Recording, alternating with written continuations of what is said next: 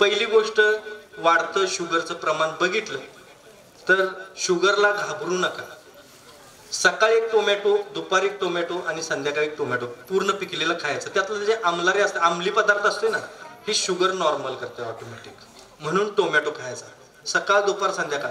हळूहळू औषधं कमी करा. काय झालंय, शुगरच्या पेशंटना क्रिएटिन लेवल खूप वाढणे आणि किडनी फेल जाणे हे प्रमाण जास्त आहे. माझ्याकडे आता खूप लोक येतात. 100त नाही म्हणलं तर 8-10 लोक असले असतातच की क्रिएटिन लेवल वाढले, किडनी फेल गेले, डायलिसिस सांगितलेलं आहे, डायलिसिस चालू आहे. हे नको. मी पाया पडून सांगतो, खूप डेंजर परिस्थिती आहे. तुम्हाला किडनी वाचवायची असेल तरी सुद्धा एक महाग इलाज आहे, घरगुतीचा उपाय आहे, पण थोडा महाग आहे. करणार का? म्हणजे महाग आहे का? करू शकताय? कोण करणार? एक पण नाही. तुम्ही करणार? तुम्हाला सांगतो करा. थोडंसं त्या दादांच्यासाठी सांगतो, तुम्हाला जमला तर तुम्ही करा. काय करायचं, कांदा घ्यायचा छोटासा, तो चिरायचा, 3 ग्लास पाण्यामध्ये टाकायचा, आटवून 1 ते 1.5 ग्लास पाणी करायचं. हे पाणी वस्त्रगाळ करायचं, हे प्यायचं.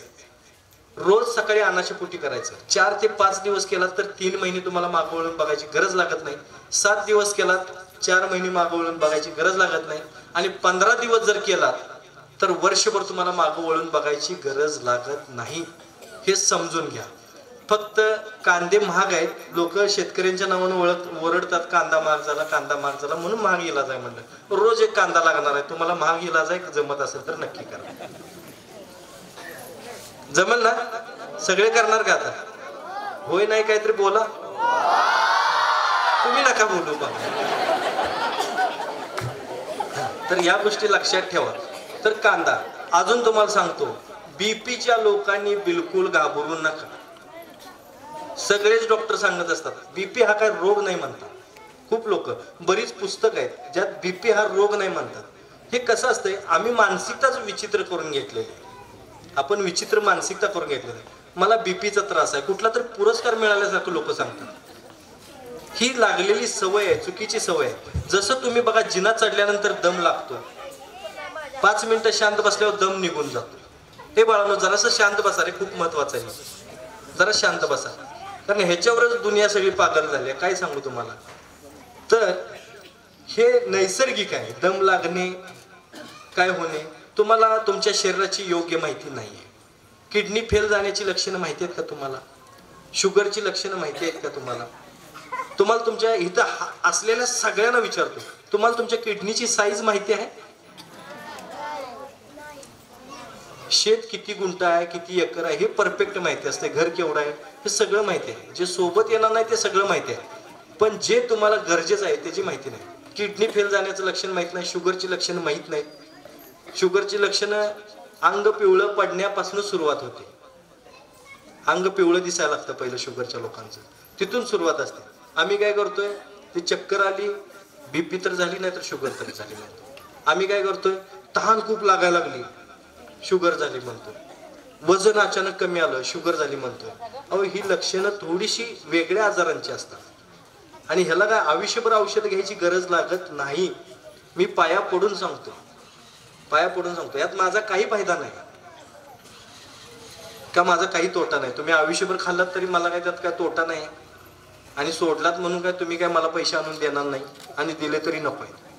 कारण मी जे सांगायला येतोय ना ते हेच सांगायला येतोय. कारण खूप वाईट परिस्थिती आहे, खूप वाईट परिस्थिती.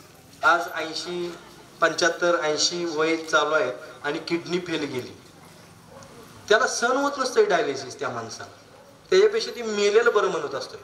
पण अशा लोकांना सुद्धा डायलिसिस चालू आहे. काय करायचं सांगा. लहान लहान मुलं, 12, 13, 14 वर्षाची, 10 वर्षाची मुलं, 15 वर्षाची, 18 वर्षाची मुलं ज्यांच्या किडन्या फेल गेल्या, काय काय लक्षण असतील, काय झालं असेल सांगा त्यांना. हे आपल्याला काही माहित नसते.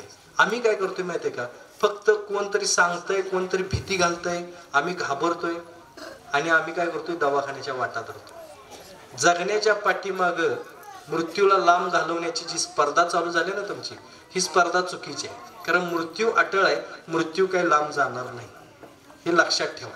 तुमचं मरण कधी, कुठं, कशानं आहे हे तुम्ही जन्माला यायच्या अगोदर वरती राजीनामा घेतात, मगच तुम्हाला खाली पाठवलेलं असतं. नाही तर तुम्ही काय वरती जाणार नाही परत राजीनामा नाही घेतला तर. हे परमेश्वरला पण माहिती आहे. जे आयुष्यात घडायचं आहे ते घडणार. जे विधी लिखित आहे कुणी कुणाचंही चुकवू शकत नाही. माझी आजी मध्ये बसली होती, मी इकडे होतो, माझी बायको पलीकडे होती. आमच्या दोघांच्या मध्ये बसलेली असताना आजी आमची जेवताना जेवण केलंय, स्वतः जेवण बनवलं आणि पहिलाच घास असा घेतला, इकडं तिकडं बघितलं, समोर आई बसली होती आमची. आमच्या आईकडे बघितलं आणि म्हणली, बाळ माझं संपलं बघ म्हणली सगळं. अन्न ठेवलं खाली, अशी बसली आणि मागं पडली मेली. एका मिनिटात. मी नाही वाचवू शकलो तिला. कसं वाचवणार सांगा? जन्म आणि मृत्यूच्या मध्ये यायचा अधिकार साक्षात परमेश्वरला पण नाही. तिथं तुम्ही आम्ही काय? म्हणून विचार करा. काय असते माहितीये का, मी ही तळमळ का सांगतो तुमच्यापर्यंत? मी का येतो? मला काय, मी कुणाकडून पैसे घेत नाही. मी सगळ्या महाराष्ट्रात फिरतो. आज खूप जवळ आहे मला, कोल्हापूरपासून जवळ आहे, पण मी महाराष्ट्राच्या त्या टोकापर्यंत जातो, चंद्रपूरपर्यंत जातो. माझ्या 3-4 गाड्या असतात, 20 माणसं असतात माझ्यासोबत, 20 लोक असतात. एवढ्या सगळ्यांचं येणं जाणं राहणं खाणं पिणं कमी खर्च नाही आहे. पण मला साठवून ठेवायचं नाही, साठवून ठेवायचं नाही. जे मला मिळालंय हे समाजातून मला परमेश्वरानं ह्या कामासाठी निवडलेलं आहे की जा आणि सांग सगळ्यांना. आणि जे मला आज जे पैसे मिळतात, जी फी मिळते माझी, तो परमेश्वर मला का देतोय? मी हे काम करण्यासाठी. आणि हे काम मी प्रामाणिकपणे करतो. ह्याच्या पाठीमागे खूप त्याग आहे बरं का, खूप त्रास आहे. तुम्हाला वाटत असेल की काय माणसं आहेत, बॉडीगार्ड आहेत. अहो, ही 4 लोकांना काम मिळावं म्हणून केलेलं आहे. माझ्या गरजा खूप कमी आहेत. मी खरं सांगू का, हे काम करत असताना माझे जावई पण आलेले आहेत. मी माझ्या स्वतःच्या मुलीच्या लग्नात नव्हतो. माझ्या मुलीचं कन्यादान, सख्या मुलीचं कन्यादान मोठ्या मुलीचं दुसऱ्याने केलेलं आहे. मी हे काम करत होतो, मी तिकडं होतो. मी सकाळी सकाळी माझ्या केंद्रामध्ये पाय ठेवला 9 वाजता आणि मला फोन आला की वडील गेले म्हणून माझे. त्या दिवशी मी कमीत कमी 5-5:30 वाजेपर्यंत पेशंट बघत होतो, लोकांचं बघत होतो. 5-5:30 पर्यंत प्रेत ठेवलं होतं तसंच. मोठा मुलगा मीच. मी वडील मेले तरी गेलो नाही, मी लोकांची सेवा करत बसलो. हा त्याग आहे ह्याच्या पाठीमागचा, हे लक्षात ठेवा. आणि ही तळमळ मी तुमच्यापर्यंत का घेऊन येतोय? कारण तुम्ही रोगमुक्त व्हायला पाहिजे, तुम्ही व्याधीमुक्त व्हायला पाहिजे, एवढ्यासाठी फक्त. खरंच परवा माझ्याकडे ताई आल्या होत्या, मोबाईल काढला, मोबाईलमध्ये एक फोटो होता लहान मुलाचा आणि त्या म्हणल्या, बाळ हे बघ तोडकर साहेब. मी म्हटलं व्हिडिओ कॉल आहे का? नाही नाही म्हणाले, व्हिडिओ कॉल नाही, फोटो आहे आणि तो बाळ मेलंय म्हणाले, माझं स्वतःचं बाळ आहे. म्हणून काय सांगता हो? तर होय म्हणाले, त्याला कॅन्सर झाला होता, तिची शेवटची इच्छा होती की तोडकर साहेबांना दाखव भेटव म्हणून, पण कोविडमध्ये कुठेही जाता आलं नाही, त्यात तो मेला. हे लहान मूल 10 वर्षाचं बाळ मेलं, काय वाटलं असेल हो मला सांगा? पूर्वी आपल्या इथं हुपरी माहिती आहे ना तुम्हाला?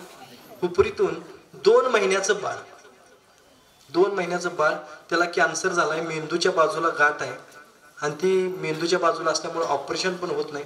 डॉक्टरांनी सांगितलं की 1-1.5 महिना अजून जगेल आणि मरून जाईल. देवानं जन्मालाच का घातला असे म्हणाल ते आई वडील त्याचे. मी काय करू शकतो या गोष्टीला? काय करू शकतोय सांगा? ही दुश्मनावर सुद्धा वेळ येऊ नये. मला रडायला येतं अक्षरशः.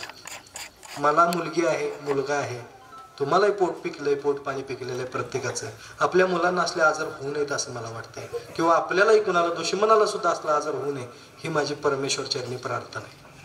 यासाठी तुम्ही घरगुती उपाय करा. साईड इफेक्ट होणारं काही खाऊ नका, आयुर्वेदिक घ्या, जे घ्यायचं आहे ते.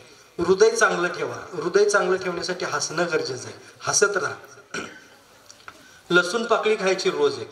हिंग आणि लसूण योग्य प्रमाणात जर मिक्स करून खाल्लात तर हृदय खूप छान राहतं. हे करून बघा, करून बघा.